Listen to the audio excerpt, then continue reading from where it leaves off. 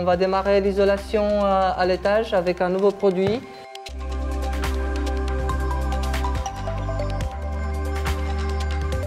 Bon Aline, on a fini les combles. Et demain on fait quoi alors? On a les murs à isoler. Voilà, donc on est reparti demain pour les murs. Bah écoute, on se voit demain.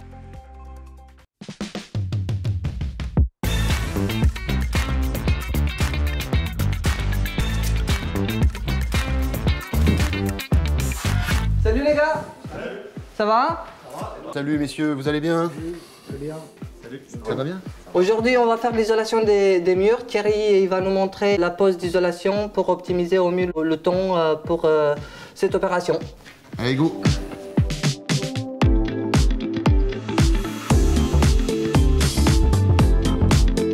Bien, alors Aline, oui. Souviens-toi, quand on a fait les combles, il y avait des accessoires qui étaient associés à l'application du comble, d'accord? Oui. Et ben toi, pour simplifier les choses, pour universaliser les choses, c'est exactement les mêmes accessoires que tu vas retrouver en mur. D'accord. On va utiliser le même adhésif. On a voulu simplifier un maximum, d'accord? Tu avais appliqué un patch RT, et ben on va appliquer le même patch pour le mur. Tu vas avoir le mastic, également que tu as utilisé en comble, oui. On va appliquer le même mastic pour les murs. La seule chose qui va être différente, c'est l'acoustisable de Néo, l'appui intermédiaire. Oui. Tu vois, c'est un acoustisable que tu peux régler en un quart de tour en longueur. Celui-là, il va de 120 à 180. Tu n'as pas besoin de le recouper, ça c'est clair. Et la tête est démontable. Ça nous fait gagner du temps, c'est très bien. Donc, tu auras juste à le clipper dans la fourrure et le compte est bon. Bah, c'est génial. On va regarder ça? On y va? C'est parti. Allez, go. On va commencer par le traçage.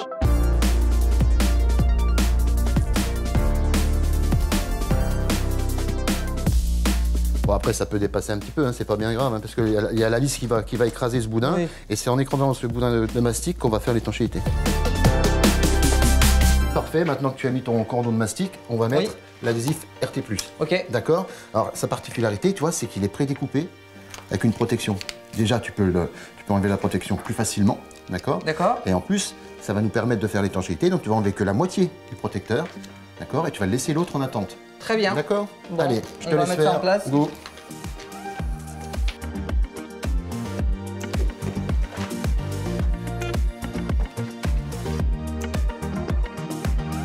Parfait, tu as mis l'adhésif au sol, au plafond. Maintenant, qu'est-ce qu'on fait? On peut mettre la lisse en place, j'imagine. Allez, c'est parti, on va mettre la lisse clip. Donc en fait, tu vas voir, ça va bien écraser le boudin et là, tu vas avoir une étanchéité qui est parfaite.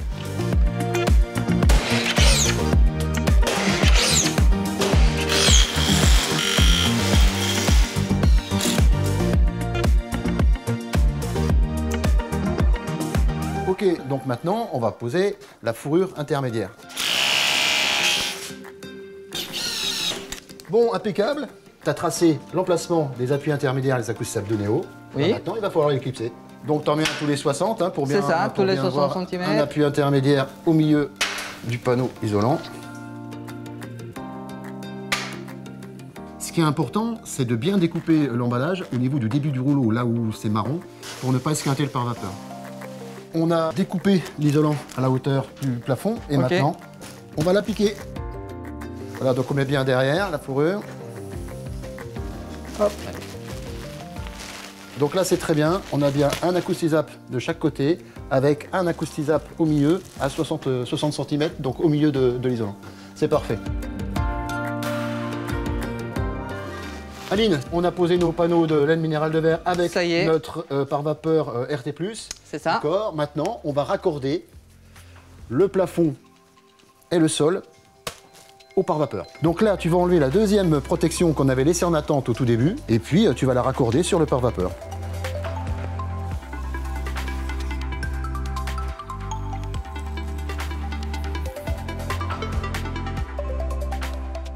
Et après, on fait le raccord délai.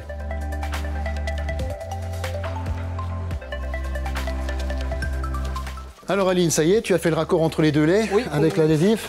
Voilà, qu'est-ce que tu en penses? C'est parfait.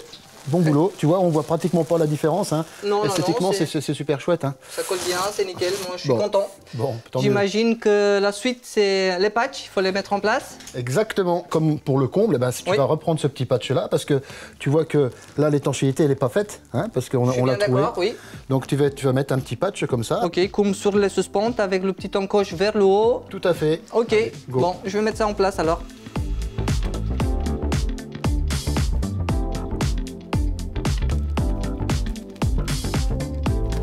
Bien, alors on va passer à la mise en place de la tête à Acoustisable 2. Je laisse faire.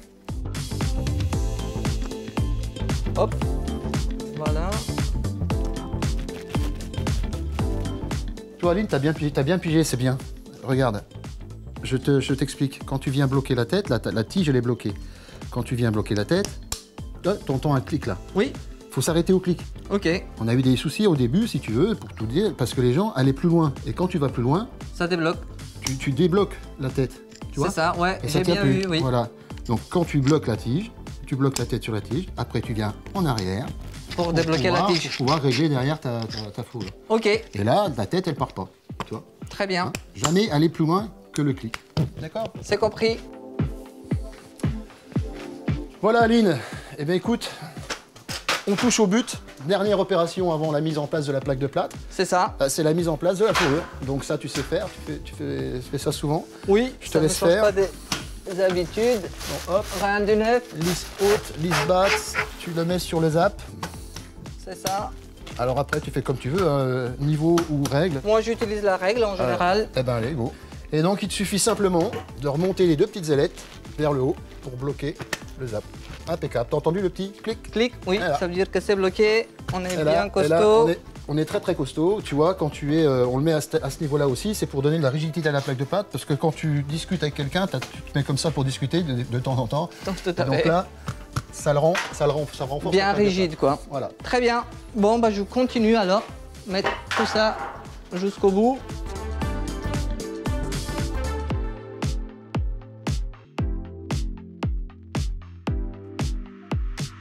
Alors Aline, dans un épisode précédent, tu as réalisé les combles dans cette maison.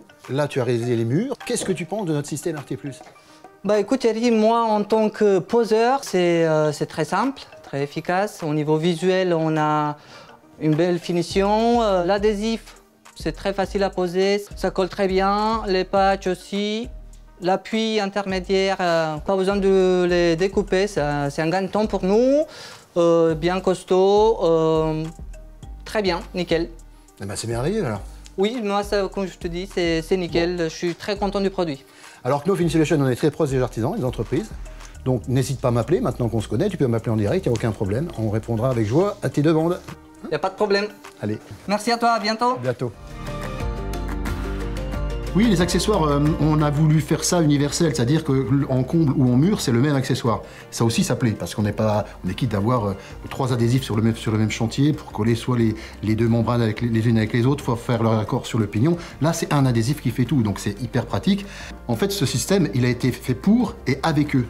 C'est là la grande valeur de ce système-là, et c'est pour ça qu'il marche si bien. C'est parce qu'ils ont tout de suite, on a tout de suite les bonnes informations, parce qu'on les écoute.